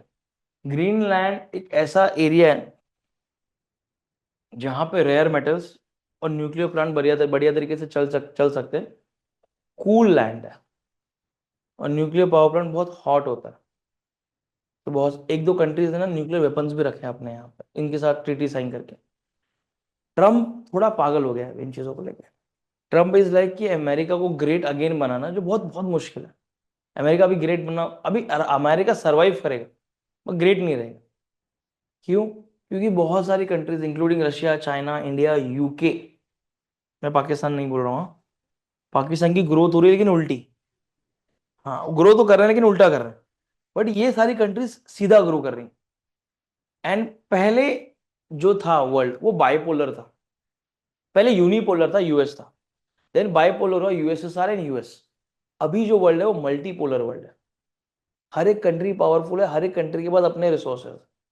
तो ट्रंप ने अब ये बोलना स्टार्ट किया कि हमारे साथ एक डिप्लोमेटिक एलाई स्टार्ट करो। यूएस के जो है डेनमार्क ग्रीनलैंड के बाजू वाली कंट्री है, तो यूएस ने अपने न्यूक्लियर वेपन्स वहां पे पार्क करना स्टार्ट किया, और ग्रीनलैंड को डराना स्टार्ट किया कि फर्स्ट ऑफ ऑल जितने भी तुम्हारे यहाँ पे न्यूक्लियर प्रोजेक्ट्स हैं उनको बंद करो। क्यों? ये ध्यान से सुनना, बहुत इंपॉर्टेंट है, बहुत फॉरेन पॉइंट ऑफ व्यू से, फॉरेन पॉलिसी के पॉइंट ऑफ व्यू से बहुत इंपॉर्टेंट है। जितने भी प्रोजेक्ट्स हैं वो सब ऑस्ट्रेलियन बेस्ड कंपनी के हैं। ऑस्ट्रेलिया कहाँ पे, ग्रीनलैंड कहाँ पे? ऑस्ट्रेलिया एकदम नीचे है, ग्रीनलैंड यहाँ पे। अगर मैप में आप देखो तो ऐसा ट्रेड हो रहा है, करेक्ट। और उस ऑस्ट्रेलियन कंपनी में पैसा सारा चाइना का लगा है। तो वो इनडायरेक्टली चाइना को ही टारगेट कर रहा है यूएस यहाँ। क्यों? क्योंकि आफ्टर कोविड चाइना न्यूज में नहीं था, आपने नोटिस किया? चाइना बिल्कुल न्यूज में नहीं था। क्यों? क्योंकि चाइना रेयर मेटल्स पे काम कर रहा था। पूरे वर्ल्ड का सबसे ज्यादा रेयर मेटल्स चाइना के पास है, या तो उस लैंड पे चाइना का कंट्रोल है। आपको पता है अफगानिस्तान से यूएस चले गया था? China was the first country जिसने अफगानिस्तान को रिकॉग्नाइज किया था एज अ कंट्री, और हेल्प करने गया था चाइना। आप यकीन नहीं मानोगे बच्चों इस वाले पार्ट पे, चाइना अफगानिस्तान की जो लैंड है उसके नीचे भी बहुत ज्यादा रेयर मेटल था। चाइना ने एग्रीमेंट साइन कर लिया, उस पर कंट्रोल बना के रखा हुआ। Getting my point? Are you people with me on this? Please एक बार पढ़ लीजिए। और चाइना धीरे धीरे डॉलर को शिफ्ट करना चाहता है और करेंसीज को मेटल्स पे लाना चाहता है। दैट्स व्हाई आप देखोगे गोल्ड का रेट बहुत बढ़ रहा है, बहुत ज्यादा। हाँ, आज होगा, अभी बजट आ गया ना बेटा, अभी अगले वीक तक होगा, बट बाद में फिर बढ़ेगा। आज कम इसलिए हुआ क्योंकि 2 दिन पहले अमेरिका में मार्केट क्रैश हुआ है गोल्ड का, और पूरे वर्ल्ड में सबसे ज्यादा अमेरिका, उस समय की बात कर रहा हूँ, ये सिनारियो जब क्रिएट था ना, तो मेटल बेस्ड इकोनॉमी कर रहा था। अब देखो गोल्ड का रेट बढ़ रहा था, सिल्वर का रेट भी बढ़ रहा था। ये मार्केट क्रैश हुआ है यूएस का परसों, और उसका इफेक्ट, क्योंकि यूएस में जो चीज होती है ना, उसका इफेक्ट 3-4 दिन बाद इंडिया में दिखता। अब जापान भी अपना बदला लेगा अमेरिका के साथ, वर्ल्ड वॉर 2 वाला। तो जापान ने भी एक स्टेटमेंट किया, बढ़िया स्टेटमेंट था, कि we won't support America at all. और अगर अमेरिका इस तरह से करता रहे, हमारे इकोनॉमी में इसका असर आएगा, तो हमको भी हमारे पैसे चाहिए जो हमने अमेरिका के G6 गवर्नमेंट सिक्योरिटी खरीदते वक्त लगाए थे। ऐसा। अब देखते हैं क्या करता है अमेरिका। बट सच में यार ट्रम्प ने मर जाना चाहिए, यहाँ तो अपनी कुर्सी छोड़ देनी चाहिए, दोनों में से एक चीज। आपने देखा वो एप्स्टीन फाइल्स, ट्रम्प का कितना बढ़िया नाम आया उसमें। हाँ, यस।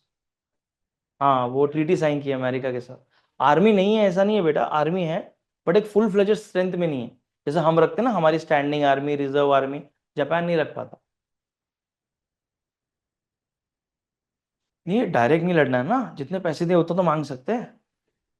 डायरेक्ट कैसे लड़ेंगे? डायरेक्ट यूएस से कोई नहीं लड़ सकता बेटा, वो गुंडे हैं एक तरह से। तो सोचना, एक कंट्री में अटैक करके 6 घंटे के अंदर वहां के कंट्री के प्रेसिडेंट को उठा के लेके गए।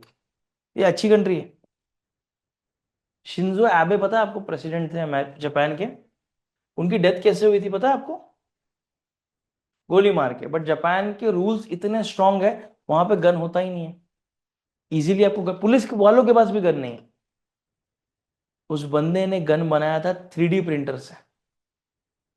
आप आज जाके केस पढ़ना, 3D प्रिंटर से गन बनाया, 3D प्रिंटर से गोलियां बनाई, उससे गोली मारी थी शिंजो एबे को। सोचो। तो जो ट्रीटी की बात कर रहा है ना, उसने सिर्फ अमेरिका आर्म्स, ये आर्मी ही नहीं, आर्म्स एंड एम्यूनेशन पे भी जापान को रिस्ट्रिक्शन लगा के रखा है, क्योंकि जापान बहुत डेंजरस कंट्री।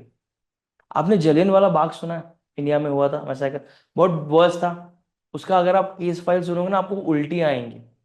कोई गया है देखने जलियन वाला बाग? आपने देखा है?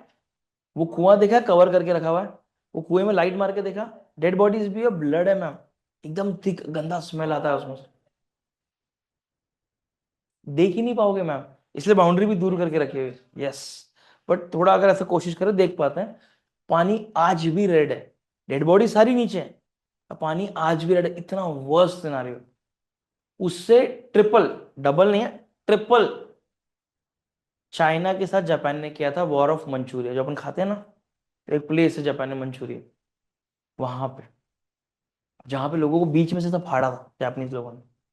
और जब चाइनीज लोगों ने साउथ चाइना सी पे क्लेम किया था, तो शिंजो एबे ने स्टेटमेंट दिया था कि हमने आज तक मंचूरिया का जो वॉर है ना भूला है, और ना माफी मांगी है। तो टॉन्ट नहीं होगा एक तरह से, नीचा दिखाने के लिए, तो जापान चाइना को बहुत दिखाता है ऐसा है। चलिए आगे चलें। अभी देखिए तमिलनाडु में ना, ये सेम सोशल सिक्योरिटी पे बात आती है, जिसमें उन्होंने स्टेट फाइनेंस वाले पार्ट पे एक चीज को नोटिस किया है। अब आपको ना एक सिंपल सा क्वेश्चन पूछूंगा मैं, व्हाट इज सोशल सिक्योरिटी? बताइए मुझे, सोशल सिक्योरिटी होती क्या है? जैसे सपोज यू आर यंग, मेहनत कर सकते हो, कब तक? 40 45, मैक्स टू मैक्स कितना, 50 55, चलो 60, रिटायर हो गए, उसके बाद क्या? मैंने कितने लोगों को देखा है जिन्होंने बहुत वर्स फाइनेंशियल डिसीजंस देखे हैं। और मैं छोटे मोटे लोगों की बात नहीं कर रहा हूँ, मैं बिरला ग्रुप, रेमंड ग्रुप, तो बिरला, आदित्य बिरला ग्रुप का पता है ना, उनके फादर ने अपने बेटे के नाम पे सारी प्रॉपर्टी कर दी थी, और नेक्स्ट डे उनको उनके घर से निकाला गया था। बेटा एक बहुत बड़ी बिल्डिंग में रहता है, जिस बिल्डिंग का फ्लोर 19 फ्लोर्स तक है, खुद का प्राइवेट चॉपर, सब चीजें, सारी फैसिलिटीज है उसमें, और उसके फादर के लिए जगह नहीं है। उनको उन्हीं के बनाए हुए बिल्डिंग से निकाला गया था, and presently that person is living in a rented house. That's why social security matters in life. That's why जो रिच पीपल होते हैं बहुत स्मार्ट होते हैं, वो बोलते हैं हमारे मरने के बाद ही प्रॉपर्टी देंगे। वो विल लिखे पहले दे दिया कि भाई पता नहीं फिर क्या हो जाए। बच्चे पता नहीं कितना वर्स्ट डे दिखाएं, दिखाया है लोगों को। दैट्स व्हाई गवर्नमेंट ने ये बोला है कि ना अब लोगों की सोशल सिक्योरिटी के बारे में सोचना पड़ेगा। एंड ट्रस्ट मी, मेरी एक हम्बल रिक्वेस्ट है, जब भी अर्निंग स्टार्ट करो, सेव करो। जितना भी आपका expenditure, it's okay, well and good, you people make lot of money, God bless you, but save करो, बहुत इंपॉर्टेंट है। Saving will always help you. Getting my point? Are you people with me on this? यहाँ तक सब मेरे साथ में? इस चीज को लेके गवर्नमेंट ने लाया है, जैसे 10% 15% परसेंटेज डिसाइडेड है, इतना परसेंट में से पैसा आपका कटेगा। आपको पता है लाइफ इंश्योरेंस होता है, इंश्योरेंस में वो पहले लोगों को बेचना था। तो कैसे बेचते? जैसे सर आप लाइफ इंश्योरेंस निकाल लीजिए, कल को आप मर गए तो आपके बच्चों को पैसे मिलेंगे। That person will get offend, तू मुझे मारना चाहता है? तूने बोला कैसे? तू बोल तू मर गया था। अब वो इंसान खुद को कैसे बोलेगा? आपको पता है, मैं मजाक नहीं करता हूँ, मेरे पास एक बहुत फनी एक्सपीरियंस है। मेरे फ्रेंड के घर पे एक बंदा हेल्थ इंश्योरेंस बेचने आया था। अब वो अंकल को ये नहीं बोल सकता ना कि अंकल सपोज कल आप पैरालाइज हो गए, आपका ऐसा हो गया, तो वो चाय की जगह जहर डालेगी आंटी उसको, और बोलेगी अब तू तेरे लिए इंश्योरेंस निकाल। करेक्ट? तो उसमें वो बंदा खुद को ही मार रहा था। सपोज मेरा ऐसा हो गया, मेरा वैसा हो गया। तो सोचो एक दिन में कितने बार मारते रहेंगे खुद को लोगों को समझाने के लिए। मानते हो ये बात? तो लाइफ इंश्योरेंस में गवर्नमेंट ने एक ट्विस्ट लाया, जिसमें गवर्नमेंट ने ये बोला कि आप पैसा डालिए, आपकी सैलरी में से 1% जाएगा, जितना आपके इसमें से गया उसका उतना ही आधा गवर्नमेंट भी डालेगी, और एंड में कंपनी अपने साइड से ऐड करेगी। अब लोगों ने बोला हमारा क्या फायदा, हमारे मरने के बाद फैमिली को मिलेगा ना, उसमें मेरा क्या फायदा होगा? अब इसमें मजा देखो, आप अगर 60s तक जी गए, भी देखो मैं जीना तो पीछे आया, तो आपको आपके पैसे पूरे मिलेंगे। अब उस पैसे का आपको जो करना है आप करिए। तो इसमें उनका इंटरेस्ट है कि हाँ ये थोड़ा फायदे का है। वो मोटिवेटेड भी रहेगी, मुझे 60s तक तो जीना, मेरे लाइफ इंश्योरेंस के पैसे आने हैं। और उसके बाद फिर घूमने भी जाना, लोग जाते हैं LIC के पैसे से, लोग घूमने भी जाते हैं, ट्रिप्स बनाते हैं। पहला।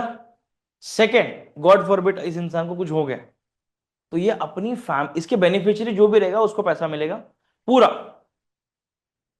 और थर्ड ऑप्शन, अगर इनको वो पूरा पैसा अपने बच्चों को देना आधा आधा करके, तो ये उनको तभी डिवाइड भी कर सकती हैं, और कुछ पैसा अपने पास भी रख सकती है। Getting my point? Are you people with me on this?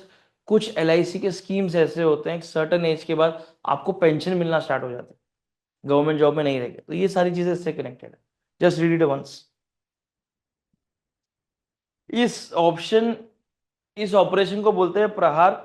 ये ऑर्गेनाइज गैंग्स को लेके स्टार्ट हुआ था। इस ऑपरेशन का नाम, स्टेट का नाम और क्यों हुआ है वो लिखिए, फिर मैं आपको बताता हूँ ऑर्गेनाइज क्राइम होता क्या है। अब बेसिकली ऑर्गेनाइज क्राइम होता क्या है, जब क्रिमिनल्स क्राइम कमिट करते हैं उसके बाद उस इस चीज को ना कमर्शियल लेवल पे लेके जाते हैं। जैसे मैं आपको सिंपल बताता हूँ, बट आप थोड़ा समझने की कोशिश करिए ऑर्गेनाइज क्राइम होता क्या। ये लिखिए आप लोगों ने, बंद कर दूं?